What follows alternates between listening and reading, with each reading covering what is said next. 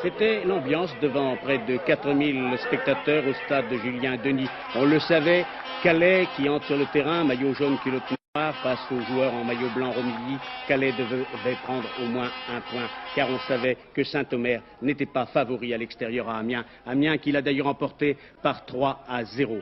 Et tout allait assez mal commencer au cours de la première mi-temps. Regardez ici cette action des joueurs de Romilly. Romilly qui avait essuyé la défaite à domicile lors de la première journée, a un retourné de Fardou, un ballon mal dégagé et Vac qui, sans le faire exprès, touche de la main, mais c'est le pénalty qu'accorde l'arbitre.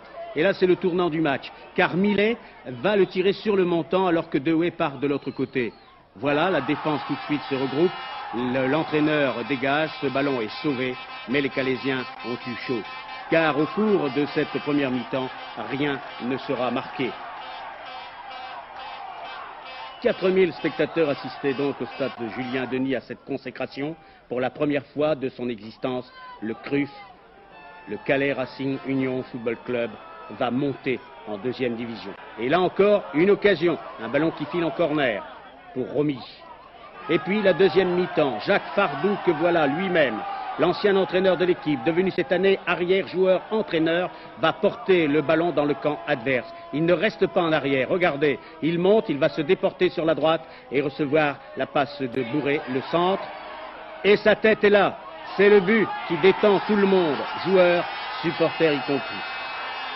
1-0, c'était déjà la deuxième mi-temps. Regardez la joie des joueurs calaisiens. Un Calais que nous avions vu également au cours de cette saison contre d'autres équipes et surtout jouer si bien contre Lille en Coupe de France à Dunkerque. Et puis c'était cette action qui allait amener le deuxième but. On croit que la balle est perdue, car le demi de Romilly va contrôler ce ballon pour repartir. Mais un contre de Baron qui sert sur la droite et charrie du pied droit, mais au fond 2-0.